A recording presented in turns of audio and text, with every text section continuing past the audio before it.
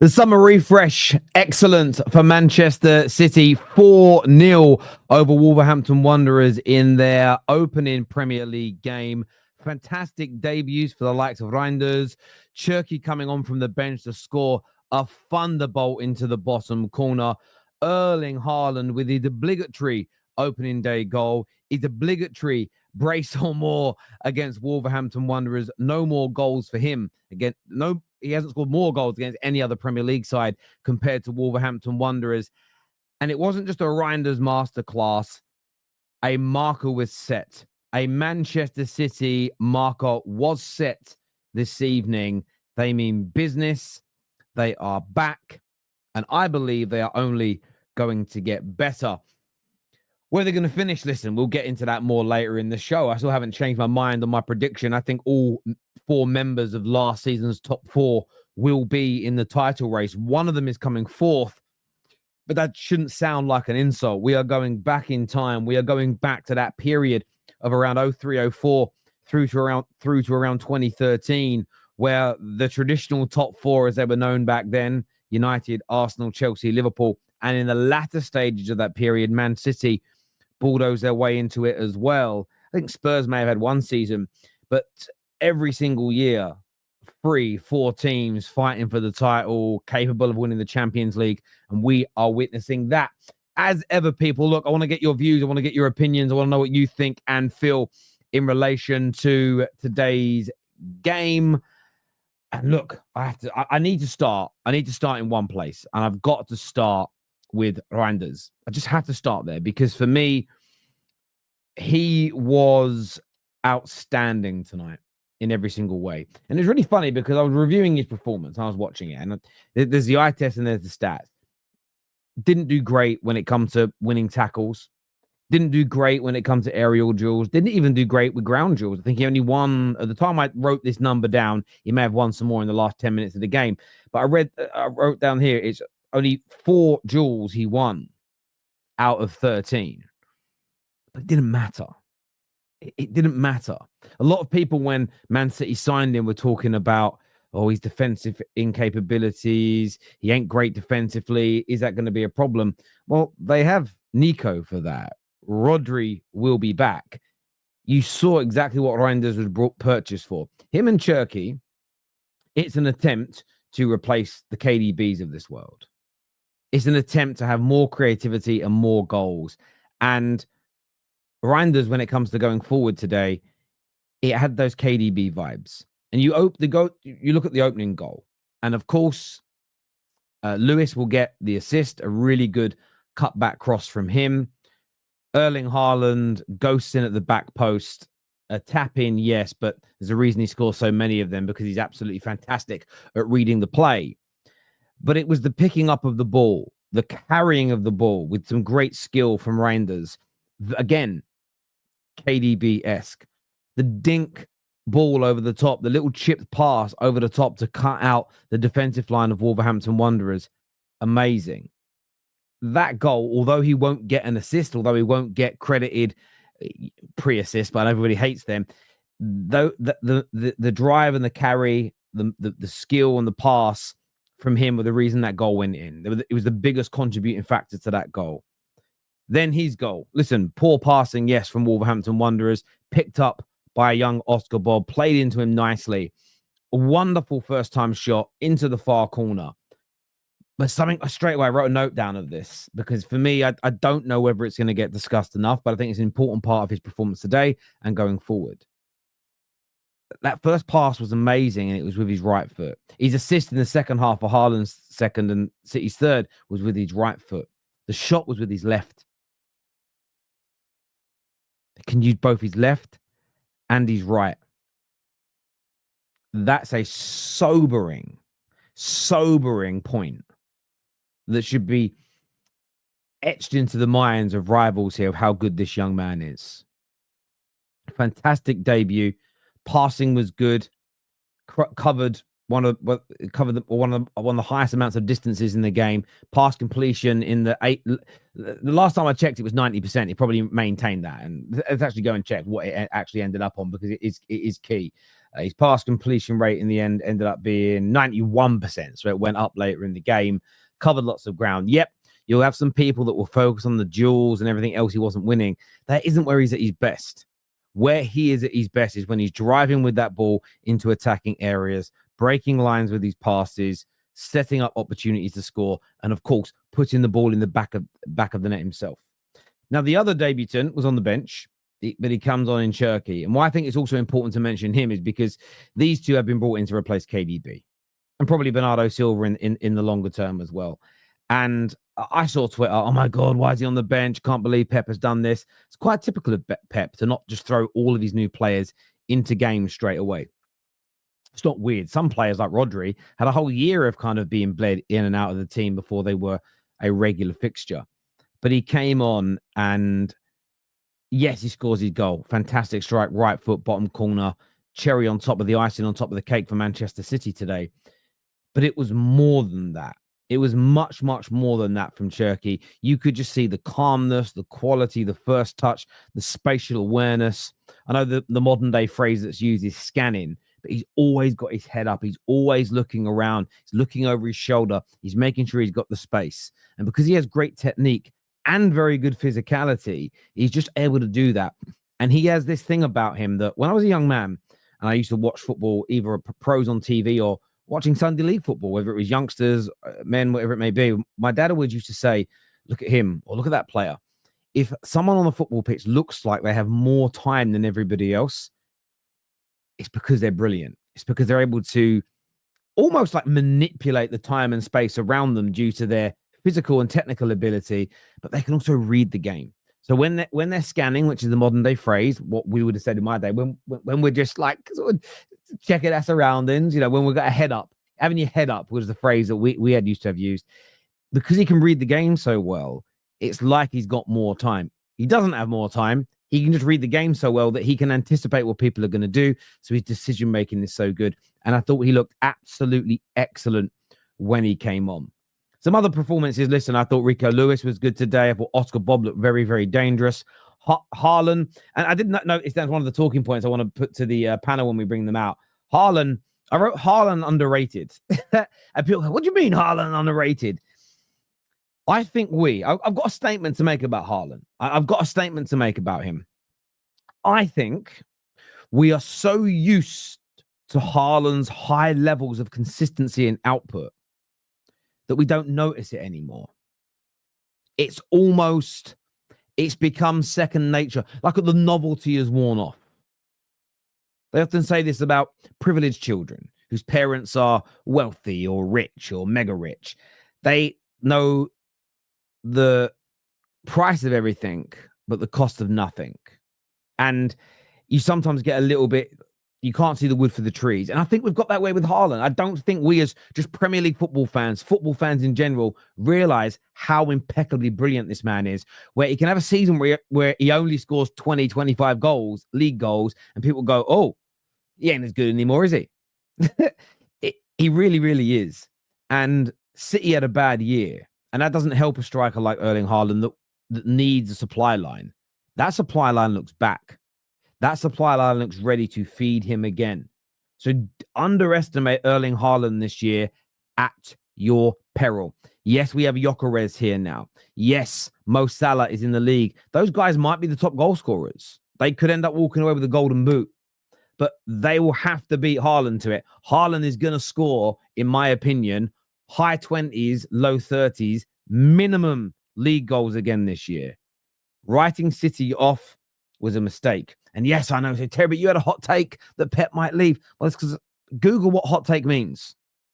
A hot take is just a little bit of essentially like a throwaway comment designed to trigger people a little bit. Something you don't fully believe in. That's what a hot take is. If it's something you truly believe in, you've researched it and you believe it to be 100% true, it's not a hot take. It's literally not what hot take is. We can't start reframing what things mean. You're going to be a dangerous outfit this year. City are going to push teams very, very hard. Anyone who's talking about top four races, nowhere near a title race, I don't believe it. And the sobering point, Donnarumma and Rodrigo could still be added to this team.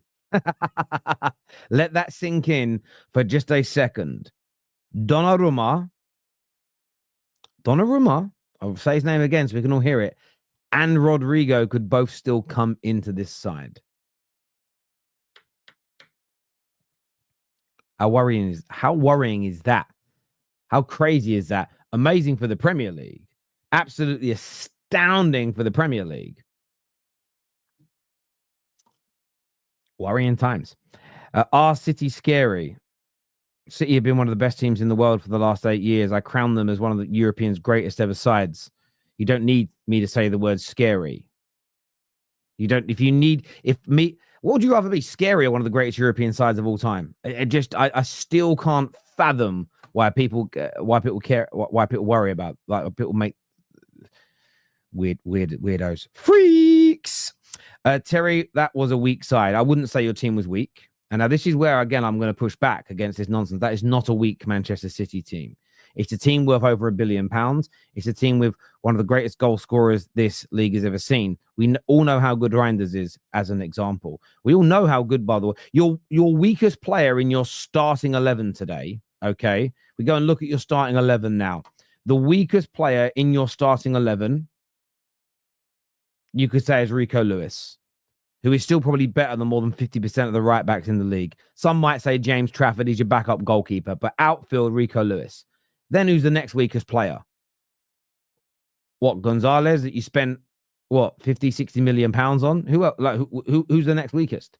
We can't be saying John Stones and Diaz are weak, two of the best centre-backs in the last decade in the Premier League. Nori's amazing. Reijnders, forget about it. Bernardo Silva. Oscar Bob is such a talent and was amazing today. Erling Haaland, we've already mentioned. You could say Doku. Doku doesn't have enough output, you could say. I would not look at that team, though, and say that is weak. You can get stronger, but I wouldn't use the word weak. I think that is disingenuous to the fact. This super chat here says, Haaland needs to respond after a bad season. Only 40 goals in 48 games for club and country. Oscar Bob has to be in the first 11. Who would you choose, Bob or Doku? Listen, I like Doku. I like the directness of him, but it does need to be more end product. But Oscar Bob, it's so unfortunate last year for that young man. He had the very serious leg break that slowed him down. The positive is that he was young when he got it, and it's a lot. When you're young, your body recovers a lot more from those serious injuries. I don't know what he's like on the left. I don't know enough about Oscar Bob. I'm not a Manchester City fan. I don't watch the academy. I do think there's going to be more in product. I think there is more subtlety to the game of Oscar Bob. I think it's less direct. He can be direct, but there's less directness to him. So potentially. Icon here says Doku is bad and crap. Again, I think that's an exaggeration as well. Terry, we can add Guardiola, Foden, and Rodri. Yes, you can become stronger than today, but I wouldn't call it a weak Man City team. I don't believe any member of the current top four from last season have a weak team. I think they have a team that's less strong, but I don't like the word weak. The word weak, it means puny. The weak means you're going to underachieve. It's hard for you to win games. You just smashed another Premier League team 4-0. Could have been 5 or 6. I don't think the word weak is right, if I'm being honest. I think it's disingenuous to call that team weak. Hello to Lou. Hope you're well. Hi, Kevin. Hi, Mad Dog. Hope you're all well. Hope you're all good this evening. Terry Tibbs here says, Reijnders sounds like a dating app. Reijnders. Some people say it, and it sounds like they're saying reindeer. Nico Gonzalez was fantastic today. Yes, he did look very good today. And I think that this is why when Pep signings don't work straight away, some do. But some people take 6 months. Some people take a year to settle into the way he wants to play football, which is the nature of the beast, I suppose. But yeah, I did think he was very good as well today. But Wolves had their moments in the game, but that's just the way the Premier League is. It's such a competitive league that you're not going to keep. I think it's hard now to keep teams quiet forever, because I think Pep's first 2 or 3 years, not maybe year one, but his first 2 or 3 years when they were winning titles, it was hard for teams to even create chances. But teams have adapted, and there's so much speed and power now. It's almost impossible to stop teams from counter-attacking. And sometimes fans only really watch their own team and occasionally watch others. But because I watch so much football in the Prem, I just don't think there's anything you can do to stop counter-attacks anymore. Genuinely, there isn't, because teams have just got so much power, so much pace, so much speed that there's little you can do. Sometimes you might have a team like when City had Kyle Walker at his pomp, you'd have a bit of a cheat code, someone that had speed. Donny van der Beek. Van der Ven, Donny van der Beek couldn't run. Van der Ven can do that for Tottenham. Van Dijk in his pomp, but even his speed has slowed a little bit. So you can have a defender or two that can be a little bit of a trump card in those circumstances. But look at the goal yesterday Bournemouth scored against Liverpool. Now, Konate didn't defend very well, but that's because he was like, I've got 3 or 4 players around me, all with blistering speed and technique. There's very little you can do against it. So I wouldn't necessarily, like if you're a Man City fan or a United fan or an Arsenal fan, you're going, right, I'm not going to be happy this year unless we stop counter-attacks happening against us. Well, I think you're labouring under an illusion. I think it's going to be impossible to stop most Premier League teams from getting counter-attacking opportunities against you.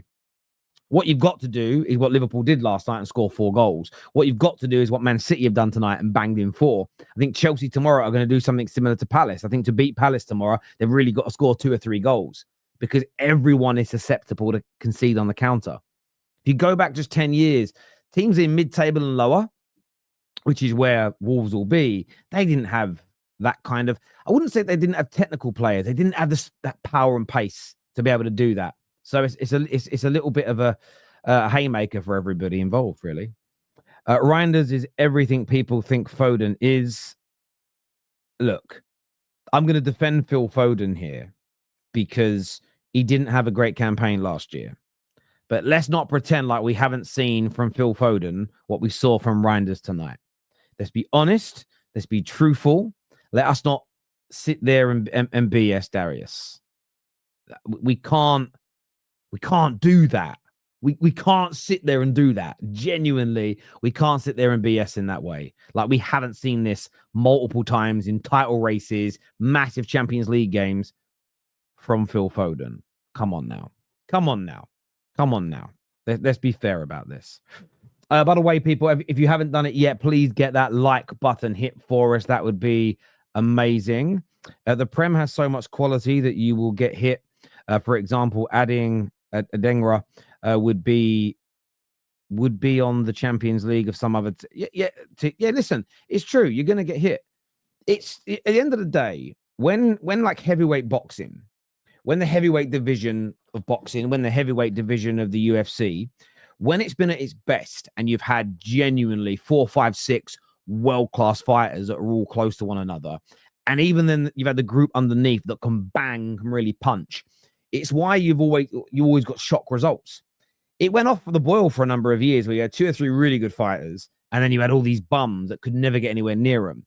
But in the peak eras of heavyweight boxing especially, the amount of stars that got caught and knocked out by someone that wasn't as good as them, they nearly always won the rematch, or the guy that won the fight always tried to avoid the rematch before making money in other fights elsewhere, especially if they won the title. Now, football is a different game because you can get caught with a counter and you get the chance to recover. In boxing, if you're knocked out, you're knocked out, right?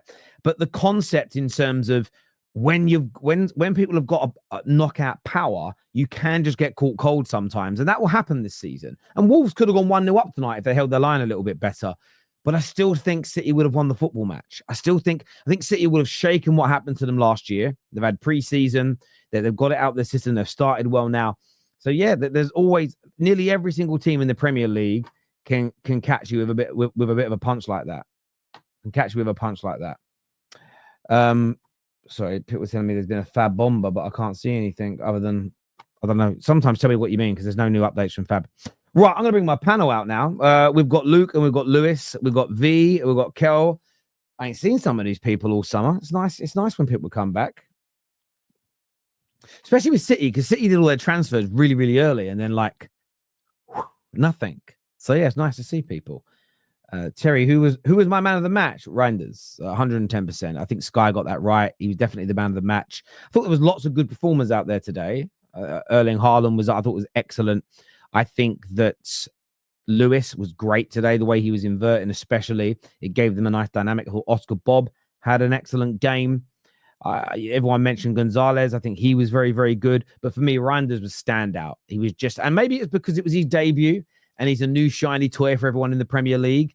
But I also sometimes we've seen debut stinkers as well, haven't we? We've seen people have a debut and go, whoa, damn. Now he was very, very good indeed. He delivered and lived up to all the expectations in the build up to the start of this season.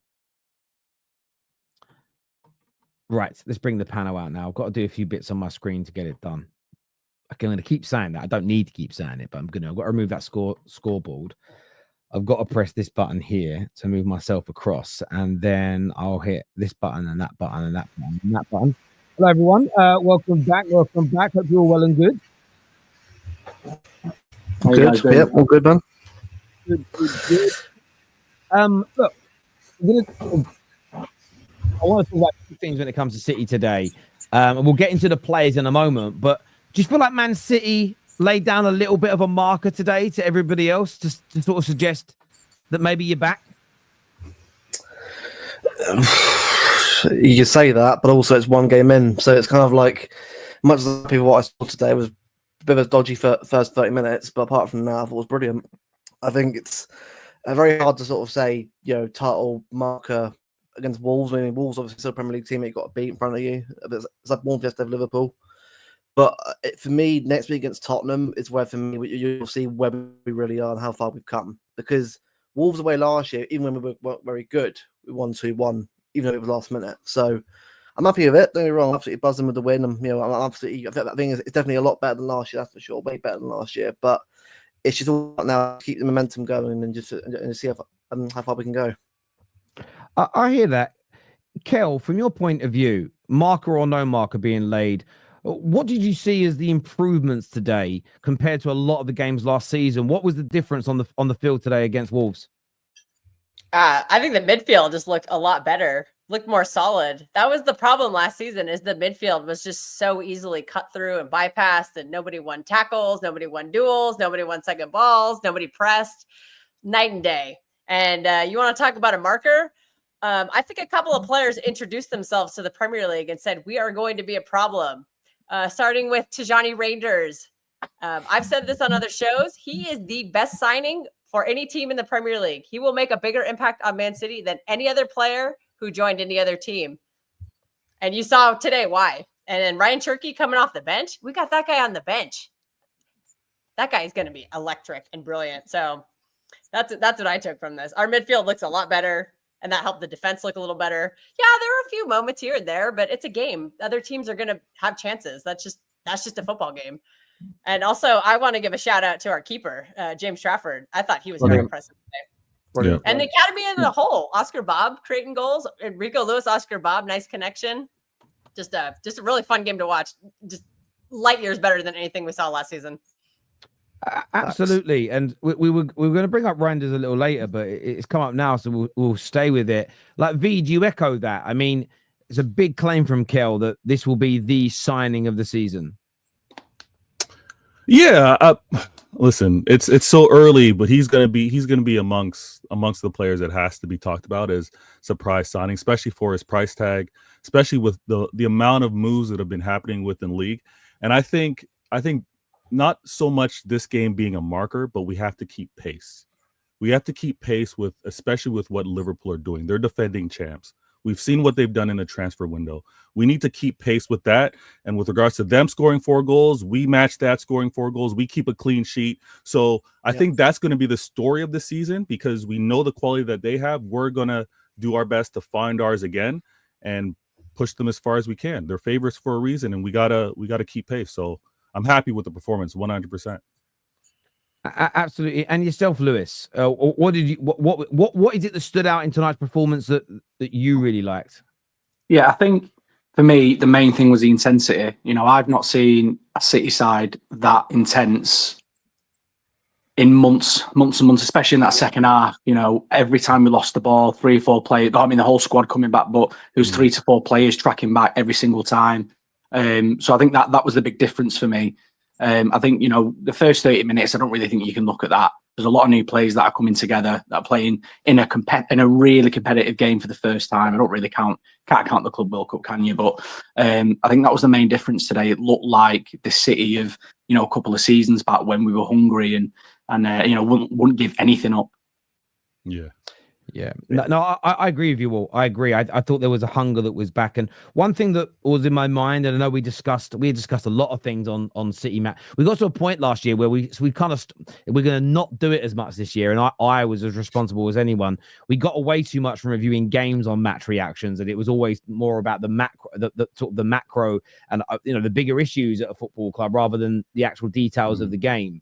But I think one thing that came up consistently when it came to the match reaction was that lack of intensity, as you say, and Kel, the midfield being bypassed too much, not having the legs. And one of the things I was advocating for you guys to do was put the kids in there at times because they had more legs. And I wouldn't consider the likes of Reijnders kids, but you see younger players when they're in there who have got their legs, but plus they're men, so they're young, but they're grown men, and you just see that difference in your ability to cover that ground, to plug holes on a number of counter attacks. Players were able to get back. So it was quite a few times where Wolves attacked today and the ball would be cut back and you'd have a midfielder on the edge of the box who was there to win the ball. And I think those little details, to quote Al Pacino from Any Given Sunday, those inches, those little things are the differences in games. And you just did it brilliantly today. I think what's also clearly evident when we want to compare last season as this season is that we have such a refresh in terms of the staffing as well. Right. So we can all witness this in our professional lives. Sometimes things just get stale. They get stagnant. You need a change in management. You need a change in some of the leadership, and Pep going out and getting a different coaching staff. I think that's what you're seeing on that pitch. You're seeing such a renewed way of not only attacking, but also defending. And I love how the ball was moving today. I got a little criticism for actually praising the starting 11 because I saw the options we had on the bench and I saw Pep choosing to obviously tactically choose his 11. So I think that's where many City fans are probably going to have to get the faith again and being like, hey, Pep's got this. Let's see what our players can and cannot do and move from it. Haaland doesn't disappoint. The man does not disappoint. And I wasn't on the timeline. I just completely enjoyed this game. But if anyone was talking about lack of touches or lack of involvement, you're not watching the game properly. You can see his movement. You can see how many defenders he occupies. And when he got on the score sheet, I was like, okay, now we got it. We got this. He had. I just checked it. He had 12 touches in the game. 2 goals. And this is the thing that annoys me, right? People say, I hate if he'd have missed those chances or they weren't created for him. People go, he's a passenger. He's a passenger. And I understand that. I understand that comment, but your team is built to supply him with chances. Yeah. Your team isn't built where you need your number 9 to be overly self-sufficient. And I hate the fact that, of course, there are strikers in the world that are better than him at creating their own opportunities and creating their own chances, as an example. But that isn't how City has built its system. The system is built to supply him. So I hate all that nonsense. What I get annoyed about in games where he's not involved is I get annoyed that you haven't created him a chance from a footballing perspective. But it seems like that gets twisted into, he's just a League Two player. I find it so jarring. The thing with that is it's one of the laziest criticisms that you can give, especially because no one prior to him signing for City, everybody knew what we were getting when we signed him, and that included rival fans. And no one really expected him to be tracking back. He's a completely different player to an Aguero, for example. And so, if you're scoring 46 goals or whatever it was last season, if you're scoring 50 the previous season, I find it incredible when anyone uses that against him because it's like, well, he scored, 2 today, and he had 12 touches. What more do you want? I think that's fantastic. Yeah. I think people thought he was going to be Harry Kane and do all that stuff, and he's not. But he's elite at putting him in the back of the net. He could have easily had a hat trick or even more today. Because I'll give credit. I've been giving Bernardo Silva a bunch of crap all summer for being too old and blah blah blah. He shut me up today. He had a good game. He teed up Haaland perfectly, and Haaland scuffed the header. So Haaland could have had a hat trick on that beautiful pass from Bernardo. Listen, I look at it this way. If someone said to me tomorrow, Terry, that Šeško could have 49 touches, no goals, or he can have 12 touches and score twice. I'm not even considering it. Goals, please. 2 goals. Because him scoring 2 goals, you're like, there's a really good chance here that we that we walk away with the points as an example. I'm going to come to Hamza in a minute, but I want to get a rivals. One thing we're adding back into the terrace massively this year is rival opinions on match reaction. We've got a brand new team of people joining to do that, coupled with some OGs. But you can tell by the way Husam's sitting back in his chair, looking a little bit depressed, that he shook you a little bit tonight, brother. No, City did not shake me. I've said City is going to be a serious contender this season. I stick by that. I've never ruled off Manchester City, and I refuse to rule off Manchester City. I know who Pep Guardiola is. I know what these bastards are capable of, so I've got to always look out for them. So I expected that they start off the season really strong. Usually, City don't start off really strong, but then they start to build momentum throughout like December, January, February, and then they proceed to cook till the end of the season. Things are different now with Pep Linders being the assistant, because you're always going to start well with him. It's just whether this continues in January, February, because that's usually the time when the players start to feel tired from the new tactics and stuff. But for me, look, Haaland criticism is weird. It's the same people that criticize all the efficient players who don't look like Ronaldinho. It's the same thing with Mo. It's the same thing with all these players. Haaland's the best striker in the league. It's just the truth. Consistency is king. You score that many goals, you're the best striker in the league. End of. It's just the truth.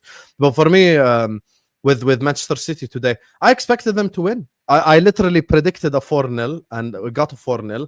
I had Wolves down as one of the teams that's going to get relegated. But Manchester City are cooking. Reijnders was unreal today. Unbelievable. Even without the GA. Like, just overall, the way that he played. I thought Nico Gonzalez played well. They have a lot to be happy about, City fans. Considering what happened last season and stuff with the whole team. Like, this is another game without Rodri where they played really, really well. So it's not, this is without Rodri even. So they deserve to win today's game. And I thought they played unbelievably well today. Wolves had a couple of shots on goal and stuff. But look, when you're a City fan, when you're a Liverpool fan, you know you're going to get counter-attacked. Like every game, it's going to happen 2-3 times, whatever, you know. It's not like we're not Arsenal fans where we sit here and defend the whole game. So, you know, this we actually try to play football, both clubs, the same thing. So you expect Wolves to get a couple of chances here and there. But yeah, there is a reason why I have Wolves down to get relegated. So yeah. Now, look, by the way, guys, Terry's upset because I praise Manchester City. Because back in my day, when Arsenal and Manchester United used to go up the league, we used to hate each other. Oh my God, Liverpool City, blah, blah, blah. Habibi, they just beat Wolves 4-0. What would say? They're shit? Like, I'm not Hamza. That's what Hamza is capable of. I don't want you to say that. It just makes me laugh. It's the Brokeback Mountain bromance between your two sets of fans. It's full Brokeback Mountain, man. Big up Heath Ledger. It really, really is. It's just so fun. It's just mutual. I've never seen the movie. It's just respect. Yeah, you're not You've never seen the movie. I went to see that movie. I thought it was a cowboy film. Same. I walked out of the cinema and I was like, what did I just watch? Brother, and I went, I don't know why. I went, we'll just go watch it. Me and my brother went, and then there was that scene, right? And we were sitting there like this. And I could tell by feeling when we just looked at each other, we were like, on this on the side of the house. No, it was the one in the tent, the spitting in the hand scene. I was young. I didn't know what was coming. That was a crazy film. Welcome to anyway, reviews, everyone. Yes, we digress. That was crazy. That was I just didn't know what to expect. There we go. Teach me for not reading a synopsis. But yeah, no, look, I do agree with you, Sam. I think that they look excellent tonight. Hamza, what is it? What? Relax, KJ. Hang on. Hamza, have you been on the old jabs? You lost a little bit of weight over the summer. You been on the jabs? No, man. I live in South London. We kick ball every day. If you want to come, you're on the jabs, man. You're on the jabs. Can I jabs? Wait, I'm no jabs, man. You don't. I've seen you. I've watched video footage. I've watched video footage of you playing football. Hamza. I've watched you play football. You move so slowly. You add calories when you play, not burn them. I've seen you. It's like you're moving back in time. To me here. They call me Carlos Baleba. in here, bro. I'm breaking No one players. calls you that. No I one swear, calls you that. I'm not. I want the best players now, and I'm No one important. calls You know. Listen, I'll invite Terry to prove it to you guys. Listen, they call me Mozambique. That's my nickname, Mohammed. Yeah. No, I was about to say Mozambique. that's what I would call you. That's what I would call you. Carlos Ozempic is what I was literally about to call you. That's what I was about to call you, mate. Because man's been on them Robbie jabs. You know what I'm saying? But what did you make? Yeah, that's the one. Hazempic. That should be your name now. Hazempic. But listen, you're losing weight. It's good for you. You look good. You look good, bro. You look good. Listen, what impressed you the most tonight about City in that performance against Wolves? What would stand out for you, Hamza? Listen, today I think the performance was impressive. The midfield. I think the signing of Tijani Reijnders, there's no doubt about it. Terry, quality is what we've been asking for. Quality players who can come into a team and make an additional thing. Tijani Reijnders was the best midfielder in Serie A. We're talking about players like Barella, who are top player. Hakim Çalhanoğlu was last year, and he was way better than them. He was the best player in midfield in terms of Serie A. To acquire him for 40 million is a steal. It was a steal, no doubt. I would even go and give them another 20 million to just say thank you for sending us Tijani Reijnders. The boy is dynamic. He can drive the ball. He can drive the ball from midfield all the way to attack. His passing range is amazing. His work rate is fantastic. Tactical awareness, brilliant. His shooting is top. Like, you can't complain from a number 8 that we've signed. Like, he brings so much energy in that midfield. And what did we have last season? Lack of the energy in midfield. If you ask any City fan, we lacked that energy. We were just being overrun. You get that ball, you can just... We were tired. The legs were gone. We had Gundogan who was 34. We had Bernardo who had been overplayed. Kevin De Bruyne was old. Rodri wasn't there. It was difficult for us. We were trying Matthias Nunes. We tried all the factors. It didn't work. Reijnders has come in, and from the first game, it looks like a fresh air, breath of fresh air. I think even rivals were saying, if you look at the signing, for 40 million, you don't get players like that. You don't get players like... He cost probably 12... I'll give you a community note. It was 47 million base. Just want to put a community euros or pounds?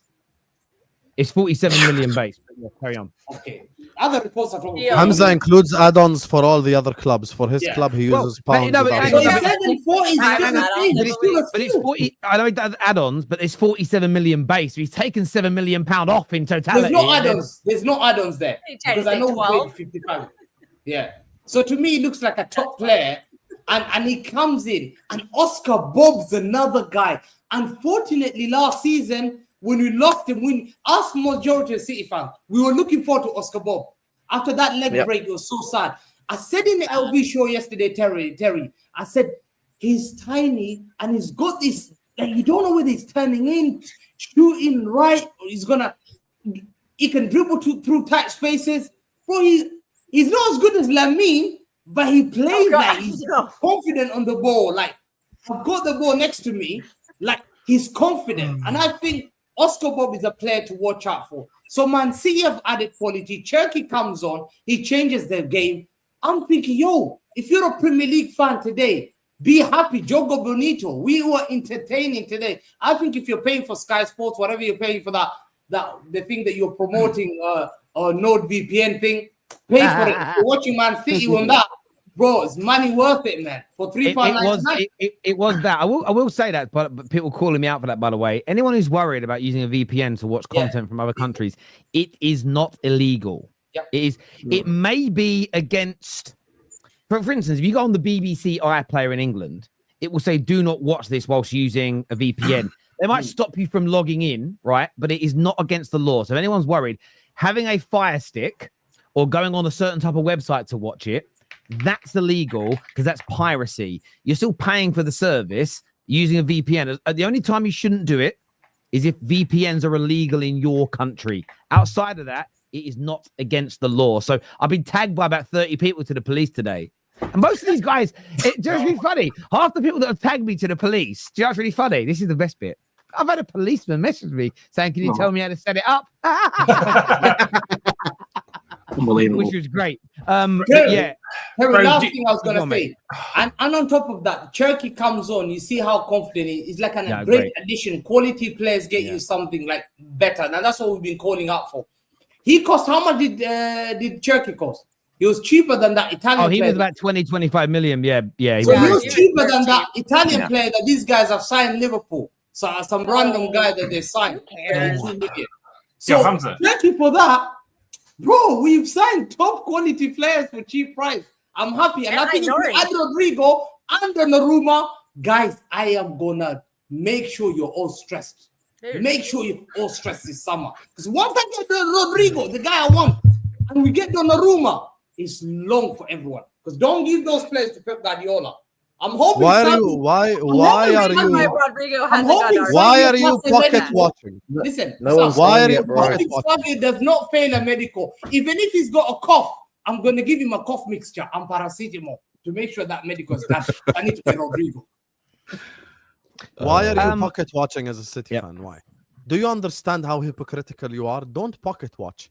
Liverpool are spending money for the first time like this in my whole lifetime, by the way. Never mind, like since I've been watching football, this is the most we've No one- spent. no one ever, spent and you're like this. out here It'll be the pocket last watching. time for a while. Let me- also. Let me, No. yeah, exactly. It'll be the last time. So You know stop pocket FSG. watching, Hamza. Let me breathe, bro. Like fucking hell, I can't spend money one summer. You fraud. This guy was doing. Shall I send Terry the you dancing to Verts video, Mister? Oh, how much this guy cost? Oh, I see, love we can play it on the terrace. No, in front of please don't. 2,000 I've, people. I've seen Hamza dance, and it nearly gave me a stroke. Like, don't do it, please. It's There you go. See, I've Hamza? never seen my granddad died in 1992. He's less stiff than you, bruv. I'm just putting it out there. Like There you it's go. That was a Brazilian dance. What are we doing, man? That's Violation. samba. That's samba. it's the arm movements you do when Samba. you're doing it as well, like this. It's crazy. Let's speak to some rivals for a moment. Ash, you're a Newcastle fan. What did you make of Liverpool? Of Manchester City's performance tonight? First of all, are we just going to skip over what Hamza just said about comparing Oscar Bob to Lamine Yamal? Are we just going to skip over that for a second? Because that was crazy. I rolled my eyes. Yeah, I think I just saw about 4 people faint when he said that. Holy shit, man. Come on. Yeah, but the other day I was in my garden with my kids, and my son and daughter ran up to me and like, Daddy, guess what we just did? I went, what? They had like a little Nerf gun. They said they shot a Nerf gun in the air and hit an aeroplane. And all I said to them is, "Oh, well done." You get my point. So just Look, I predicted City to probably finish second this season.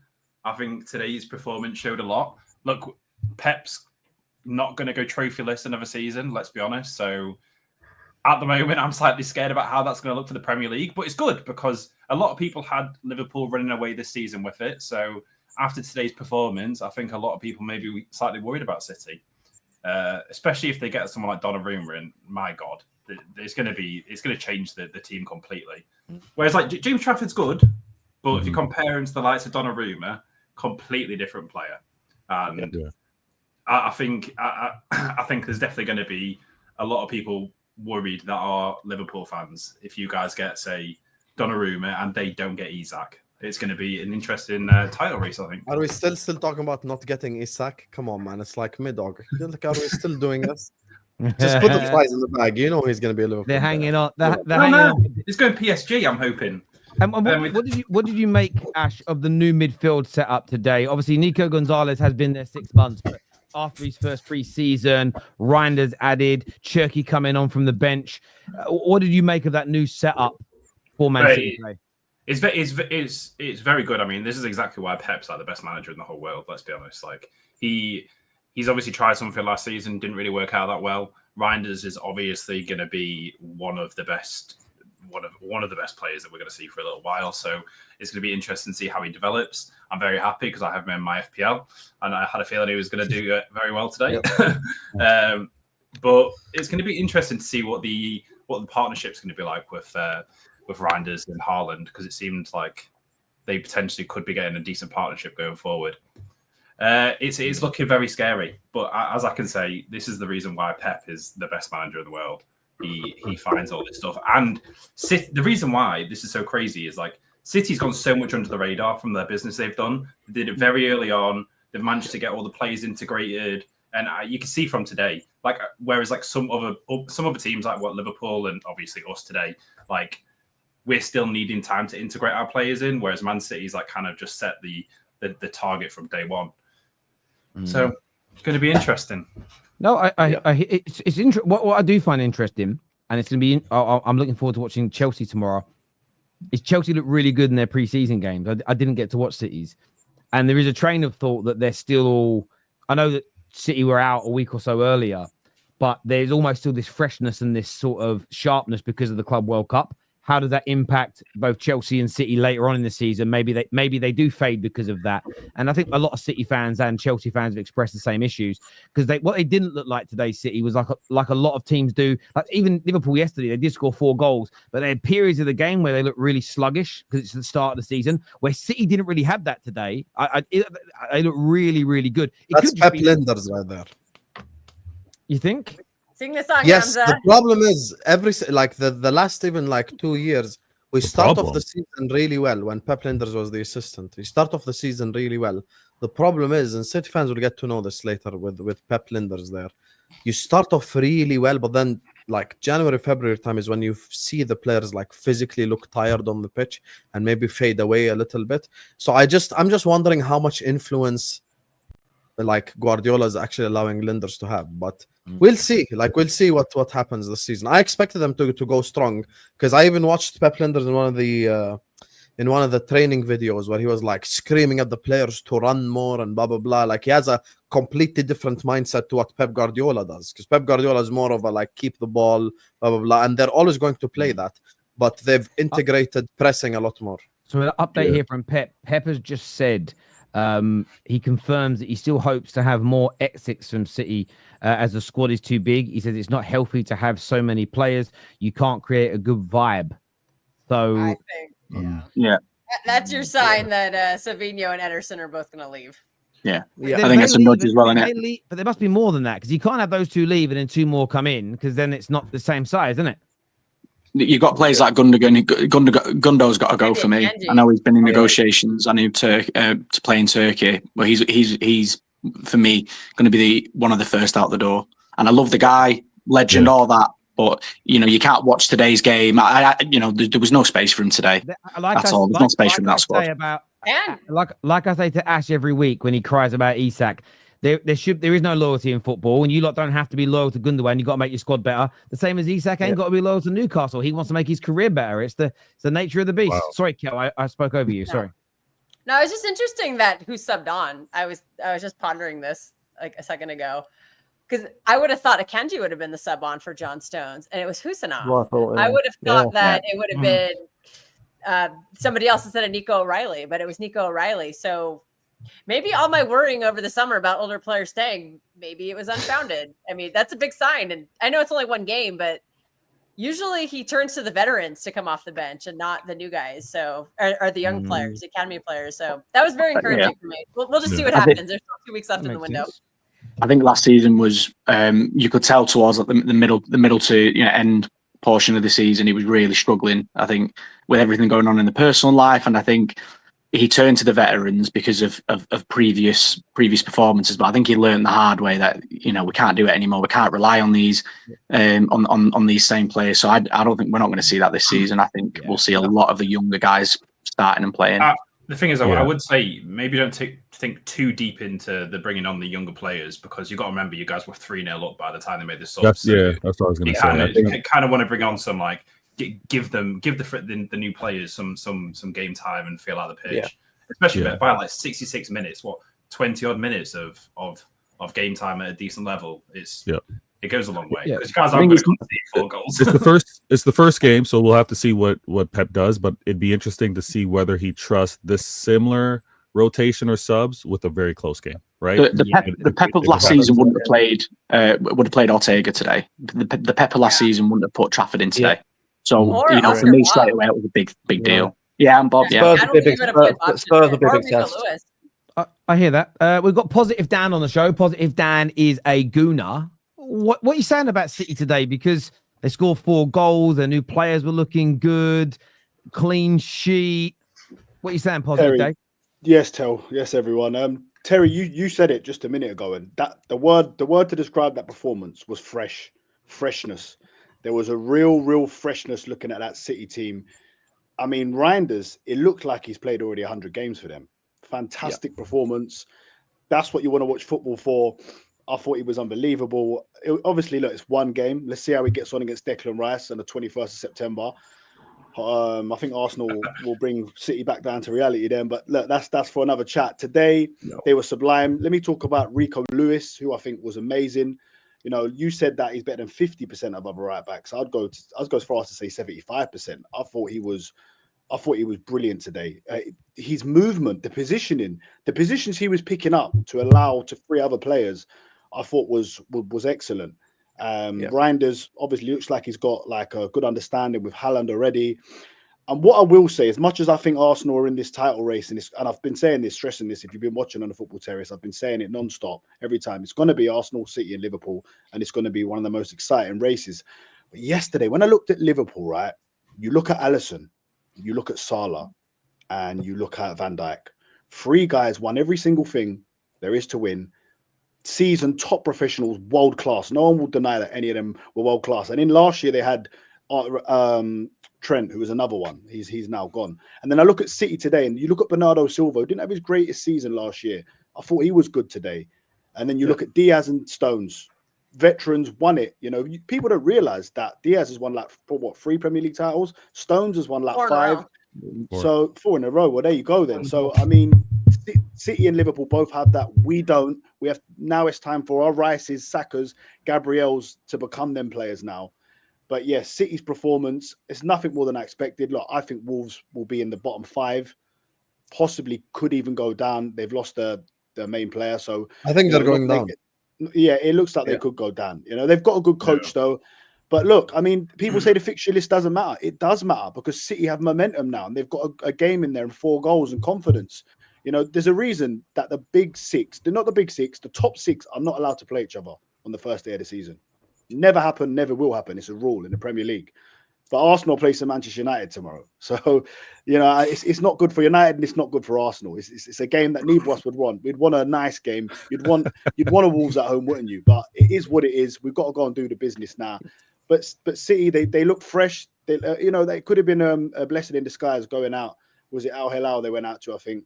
Could have been a blessing in disguise because they look really fresh. But Phil Foden, was he injured today, guys? Yeah, he's injured. Okay, yeah. Be interesting to see what happens with him this season. Do you think that? Yeah, because I had him in my fantasy team like an idiot. But yeah, do you? Can I just ask the City guys? How do you see Phil Foden fitting into this team? I think it's going to be interesting because I mean, Cherky come on and he looked fantastic as well. So I think it's the guy was player of the season, not last year, the year before.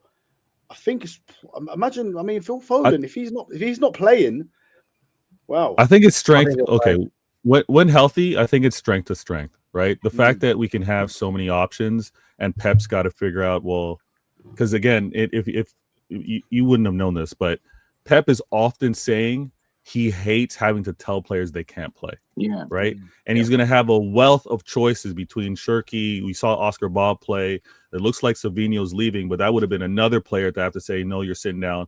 I think when Foden healthy, across that front 3, he could play on the left, he can play on the right, and obviously he can play in the midfield. I think Pep's just going to have those options. Will he have player of the season year? I don't think so because we have so much talent. Yeah. But I think he's still going to be the Phil Foden where you're like, we got to account for him. Do you think he's going to start for City when he's fully fit? Do you think he'll be in that first 11? Yeah. So when you lot play against, example, you got Arsenal soon, 21st of September. If he's fit, will he be starting that game? Yes, I'm starting him. Yeah. But where would you start him? Because I see Foden. Yeah, I see Foden's best position as the 10. So it will be very interesting to see the actual lineup that Pep's going to go with for that. Midfielder. Yeah. You have to have the same, like, you remember when City won the league when they had David Silva, Bernardo Silva, KDB, Aguero, Mane, Sterling. Which time? No one used to know who's going to start for Man City fantasy football. Same thing. So if you sign Rodrigo, killer. Cherky, killer. You got another guy who Mamouche, he can score. Last season, we could just say people could know, Doke ain't gonna score, Savi ain't gonna score, Mark Haaland, and they stopped City. But now It's like what you said about fantasy team is right. It's hard to pick City players because you don't know if they're going to play. I wanted confusion for rivals, so you don't. When you go quality, you don't know who to pick. Don't pick a Man City unless it's Rodri or Reijnders. No one's guaranteed to start. It could be Marmoush. It could be Haaland, yeah. Haaland. And obviously, Yeah, again, Haaland agree. start. What's this gentleman's name again? Sorry. Me. Yeah. Hamza. Professor Hamza, Hamza. yeah, I really agree what you were saying about Haaland, Professor Hamza. Yeah, what you were saying about Haaland. I when people say it, it just makes me think they've got zero ball knowledge and they're just going with this trend about style and whatever. Listen, Haaland is the best striker in the world. Yep. Period. Yep. He will be top goal scorer this year. Like, it's no doubt in my mind. No, People compare Isaac to him. I'm sorry, until you've gone and scored 36 goals and about 200 goals how old is he? 23. I mean, the 25. Haaland slander is crazy to me. Yeah. Crazy. I know. I predicted 30 goals for Haaland minimum in the Premier League only. Isn't it mad? 50 But and that's how good he is. Like predicting 30 goals, it seems normal. And we've never done that to anyone in the Premier League. said minimum, even too. when we were kids, none of us were saying Henri's getting 30 goals, Shearer's getting 30 goals, Ruud van Nistelrooy's getting 30 goals. No one did that. That's a And wild for season. one He reason or had another. no service last season, none, I know. and he still had 20 20 goals with But you no know what? service and missed 2 22 months in goals, yeah. injury. Do you know what, as well? These are the same Not good. people that when we signed him in and Liverpool signed Darwin Núñez, these are the same people who were comparing Darwin Núñez and Haaland. We've all seen how that went. So Hoyland. The death threats I got, because I tweeted about Haaland when you first signed him and said he will. I think my tweet read something like he'll break Salah's goal scoring record within 30 games. I think he did it on game week 28. But my tweet, the replies are still there. The amount of abuse and DMs. Did you say that? Yeah, Terry. Was that tweets there? Yeah. Wow. Yeah, it's somewhere there. It's something along those lines. I just remember when they signed him. Better than Rory Jennings one then. Yeah. I've been watching. Don't give that guy attention. But I've been watching him since United got linked with him before Ollie was our manager, and I started watching him then, and he just got better and better and better and better. And yeah, it was crazy. Yeah, here we go. Yeah, the original tweet. Do you know what, Terry? You can blame Haaland for you guys getting Sancho because he probably made his numbers look better. Yeah, you're right. He did. He definitely did. And Sancho cost more than Haaland did. Wow, you guys went there. Yeah, I put that tweet out there. That tweet I put out went absolutely crazy. But all year I got shit for that, and I couldn't. I don't think though you can't compare Isak to him. You can, but Haaland wins the debate. But you can't compare. It's not crazy to compare them. Do you not remember when he joined City? For me, it is crazy though. It is. Yeah, but when you say can't compare is like Havertz and Haaland, not Isak and Haaland. You can compare, but they're different players. And I think Haaland's better because of consistency. Consistency is king in the Premier League. You do it consistently. Yeah, but he's been doing it for a longer period. Since he was 18. He's been doing it for like. He's done it at the highest level in the Champions League. He's won trebles. He has, but we have to keep in mind as well. Isak plays for Newcastle. But this is also why I look at it this way. Why does he play for Newcastle? This was another tweet of mine that I just found because I went back and looked at it from. They're holding him hostage. October 2022, and it just shows right on October 2022. On October 2022, Haaland had made his 100th appearance in European football, and he was on 103 goals. At the same amount of games, okay, so their first 100 games as players, Cristiano Ronaldo had 16 goals, Shearer had 20, Henri 25, Messi 41, Lewandowski 43, Raul 44, Kane 45, Mbappe 48, Suarez 59, Ruud van Nistelrooy 77. R9 86 and Romario 90. This man had and this is why when I went back and ever since then it's like yes, some people might now be in a conversation where you go, is he better than him right now? But when I look at him in terms of just a goal scorer, we're just looking at the goal scoring element of his game. I wouldn't say he's the best striker in Premier League history because I wouldn't put him above Henri because of the old package with Henri. But when you look at him as a goal scorer, number 9. I think there is a debate and an argument to say he is the greatest goal scorer that Europe has ever produced, because the volume of goals he has already in his career, the importance in winning every single domestic trophy possible for a player, trebles, he didn't win all 4 peats, but he helped it. You add the success that's come off the back of these goals at such a young age. Haaland's just in a different category. I don't care that he can't do what Henry did. It's a different thing. There's a super chat here that says Haaland needs to respond after a bad season. Only 40 GA in 48 games for club and country. This is crazy. How is that bad? What's that? I know. That got this guy Harold. Guys. This guy Harold is from. He's from Norway. Loves him. He's being sarcastic. He loves him. Okay. Someone said Florian squirts come outside. You know, it's funny because Johnny Reijnders. No, it's funny because the guy in the let me just respond to this. It's funny because the guy above the transfer news, I've never worked with him before, but big up to you. He mentioned the Nunes Haaland thing. Remember when Nunes scored before Haaland did? Yeah, when he showed. Yeah. There's a reason why your club was after Verts as the KDB replacements. Let's not write him off after one game. No, what? Turkey's gonna fill that role pretty nicely. Thor Thunder here says Rodri, Foden, Guardiola didn't play. Cherky was on the bench, and City are still looking at Rodrigo and Donnarumma. Scary times. It absolutely is. Scary times indeed. I've heard that Yamal just scored a really good goal, by the way, Hamza. It's probably because of you. He's a top player. He's my favorite guy. He's gonna win the Ballon d'Or before. I said it. Not as good as Oscar Bob, though. That's one thing I still don't get about younger football fans. I don't understand how people's favorite footballers didn't play for their club. It just didn't. In my generation, it didn't exist. My generation of football fan, even like City fans, like back of my age, they didn't prefer Henry. They literally preferred like King Clancy. Like that. That was their favorite. Yeah, it's mad. Sean Goater. Sean Goater, what an absolute baller. No, Quinn with the flick-ons. Feed the goat and he'll score. Who was the other guy? The Brazilian guy, Alano. Alano is a good player. Did Darren Huckabee play for you guys? Yep, he did. He did play for you, didn't he? I always rated. I was like Darren Huckabee.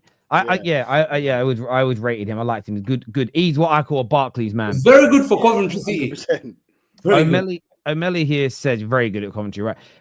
Are City keeping Rico Lewis? He looked good today. So. I really That's a good question. Yeah, I hope so. If we're not, his price tag went up. Yeah. If we're not, his price tag just went up. So absolutely. Yesterday's price is not today's price. Listen, people, I want to thank my panel. I want to thank our super chatters, our viewers, everyone who's hit the like button for us so far. Thank you. This is going to redirect you to MHF. That is Mo and Husam's channel. So go and check that out. But Hamza, Kel, V, we've got Lewis. We have obviously Positive Dan. We've got Luke on the show with us. Ash as well, the Newcastle fan. Thank you all for being on here. We're back tomorrow. Transfer stories in the morning. Unless there's breaking news tonight, we might be live. Don't sell Isaac. Don't sell Isaac. They should not sell Isaac. Isaac, same day. Ishaq, whatever his name is. They should not sell it. Don't sell it. All right, Mr. All right, Hazempic. Anytime I'm going Zempic, make sure. Listen, one day I'm gonna. One second. You say you live 21st of September. You live next to me. I'll invite you. Another 5-1's coming, yeah. We're coming for you tomorrow, Dan. We're coming for you tomorrow. Sesko, 8-2 to United. 3-0 Arsenal tomorrow. No chance. 2-1 United. Let's go. 0-0. Everybody, take care. Goodbye. God bless. And we'll see you all again very, very soon.